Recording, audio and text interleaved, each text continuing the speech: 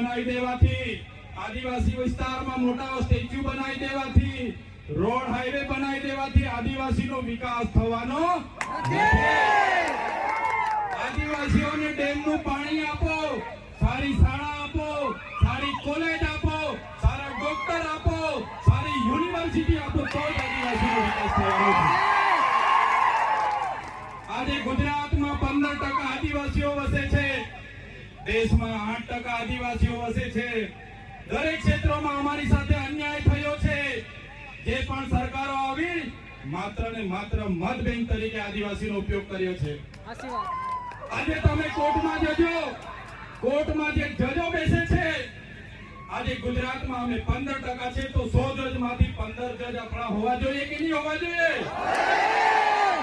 IAS IPS આપણા 15 હોવા જોઈએ કે નહીં હોવા જોઈએ? મામલતદાર ટીડીઓ કલેક્ટર અમારા 15 હોવા જોઈએ, તે આજે નથી। એ હવે આવનાર દિવસોમાં આદિવાસી સમાજે જાગવાનું છે। આટલી મોટી સિટીઓમાં રિયલ એસ્ટેટ બને છે, રિયલ એસ્ટેટના બિલ્ડરો કોણ છે? કેટલા આદિવાસીઓ રિયલ એસ્ટેટના બિલ્ડરો છે? અમારા લોકોને શિક્ષા નથી આપવામાં આવી, નર્મદાનું પાણી નથી આપવામાં આવ્યું, કડાળા ઉકાઈ ડેમનું પાણી નથી આપવામાં આવ્યું। આજે પણ અમારા લોકો મજૂરી માટે શહેરમાં જવા મજબૂર થયા છે, અમે સાચી નથી આવવાની। એટલા માટે જ અમે કહીએ છીએ આજના આ મંચ પરથી, જે રીતે નાગા લોકોનું નાગાલેન્ડ બન્યું, મરાઠાઓનું મહારાષ્ટ્ર બન્યું, ગુજરાતીઓનું ગુજરાત બન્યું, તેલુગુ લોકોનું તેલંગાણા બન્યું, તમિલ લોકોનું તમિલનાડુ બન્યું, એવી જ રીતે અમને ભીલોને અલગ ભીલ પ્રદેશનું 29મું રાજ્ય મળ્યું। જય ભીલ પ્રદેશ! ભીલ પ્રદેશ અમને 29મું રાજ્ય ભીલોને આબાગીત આપો, એની રાજધાની અમે કેવડિયા બનાવીને રહીશું। અમારી પાસે પાણી છે, વીજળી છે, કાકરાપાર, નર્મદા, અમારી પાસે લિગ્નાઇટોની ખાણો છે રાજપારડીમાં, આમા ડુંગરમાં યુરેનિયમની ખાણો છે, છોટાઉદેપુરમાં રેતી નીકળે છે, જળ છે, જંગલ છે, જમીનો છે। અલગ રાજ્ય અમને આપી દો, અમે અમારા આદિવાસીઓનો વિકાસ કરી લઈશું। જે અમારો ભીલ પ્રદેશ હતો, દેશ આઝાદ થયા પછી આદિવાસીઓને વિભાજિત કરી દેવામાં આવ્યા છે। 13 જિલ્લાઓને મધ્યપ્રદેશ, 12 જિલ્લાઓને રાજસ્થાનમાં, 14 જિલ્લાઓને ગુજરાતમાં અંબાજીથી ઉમરગામ સુધી, 10 જિલ્લાઓ નંદુરબાર, નાસિક, પાલઘર સુધીના મહારાષ્ટ્રમાં લઈ જવામાં આવ્યા છે। આજે પણ અમારો મહારાષ્ટ્ર, મધ્યપ્રદેશ અને રાજસ્થાન સાથે અમારી સંસ્કૃતિ સાથે છે, પરંપરા હરકી છે, રીત ભાષા હરકી છે।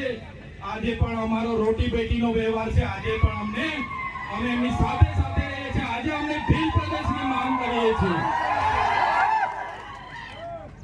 આજે તમે જોઈ લો, આ ભીલ પ્રદેશનું વિભાજન કરવામાં આવ્યું।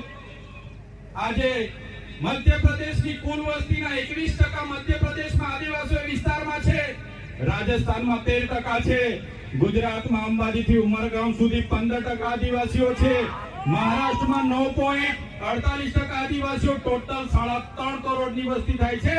અમને અલગ ભીલ પ્રદેશ આપો, અમે અલગ અમારા લોકોનો વિકાસ કરીશું। બંધારણમાં જોગવાઈ છે, આર્ટિકલ 3 તમે વાંચી લેજો। જે રીતના મહારાષ્ટ્રમાંથી ગુજરાત રાજ્ય બન્યું, આજે દેશ અને ગુજરાતનો વિકાસ થયો, પણ આદિવાસીઓનો વિકાસ નથી થયો।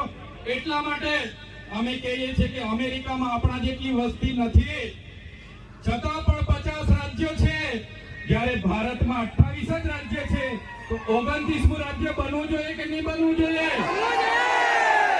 બનવું જોઈએ। એની રાજધાની કેવડિયા હશે, આખું મંત્રીમંડળ અને મુખ્યમંત્રી, અહીંનું આખું અધિકારી ગણ, અહીંનું પોલીસ તંત્ર તમામમાં આદિવાસી હશે, તો જ અમારા આદિવાસીઓનો વિકાસ થશે।